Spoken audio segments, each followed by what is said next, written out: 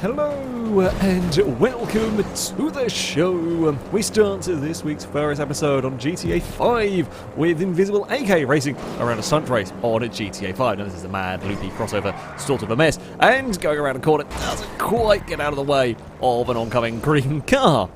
I hope they have a brilliant idea, because that is a very, very stuck fugitive. Unfortunately, it becomes a less stuck fugitive when a yellow car gets a tap and ends up pushing it over the edge.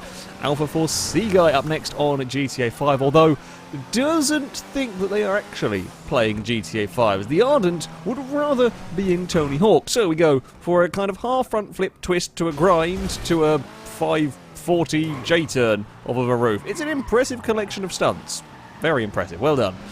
Quantum up next on Watch Dogs 2, driving around, kind of minding your own business. Now, it is tempting to try and prat around with cars on your phone and whatnot at times. Sometimes you end up not paying attention to where you're going and crashing into a stuck car.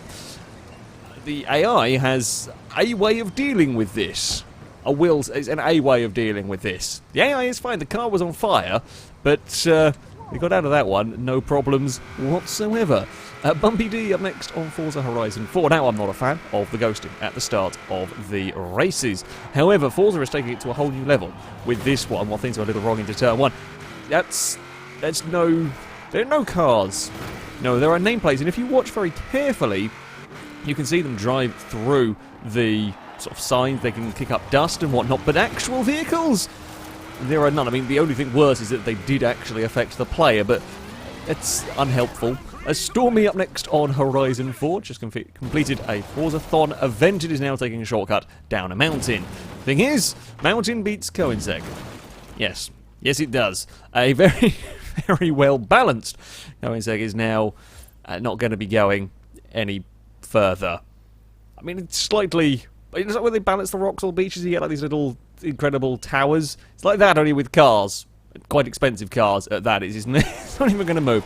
A Mustang Bugatti up next doing the off-road speed trail. This is a fun little road to drive around on Fortune Island here with a more unusual choice. Corvette rally car. Still a pretty good choice. Anyway, things are going relatively well as we head up towards the jump. Just a little twitch on the way across. That's not quite what you want to do. A little bit of a sneaky rewind. Fair enough. We've all done it at some point so that we don't waste a good speed run if things were going well. However, having completed the speed run, doesn't get on the brakes soon enough, and the Corvette goes off the mountain. Now this happens again around this sort of road. However, the Corvette finds a place in which it doesn't get reset. It's perhaps not quite as elegantly balanced as the Koenigsegg, but it is, if anything, more stuck down there. Speaking of stuck, Regal 7 up next on Horizon 4 is doing a rather long race around an Edinburgh Street circuit when the Titan up ahead goes a little too close to the tram platforms, gets stuck, ends up on the top of the Sylvia, who didn't have time to react to any of that, bounces back down, Sylvia goes to set off, Titan's still farting around. Just didn't quite go so well for the player. At least there are plenty of laps to, catch back up and everything, but there we go.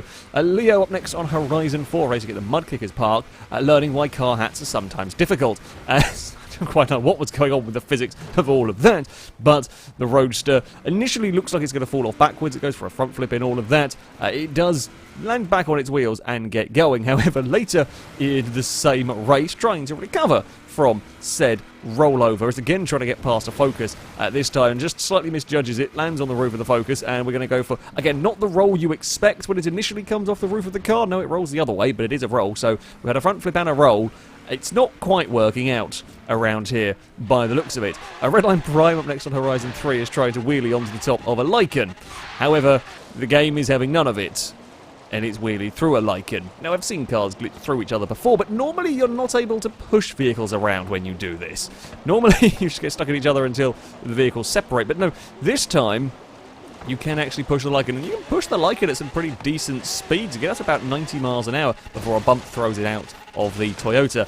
That's unusual to say the least. A Jack on Gran Turismo Sport is finding out why you don't play with curbs. If you hit a curb too hard, your Nissan might accidentally go for a flight. Not quite a roll, no, but that is some serious anti-corner cutting. I kind of like that theory. And Blazer is finding out that yes, curbs are indeed dangerous in real life. Admittedly, not quite the same flight, but tiny bit of wet, tiny bit of a bump, and yep, you'll spin on them. They're not quite as mean as video game ones, but they are quite deceptively mean regardless. It's just the general motto of FailRace is curbs are mean.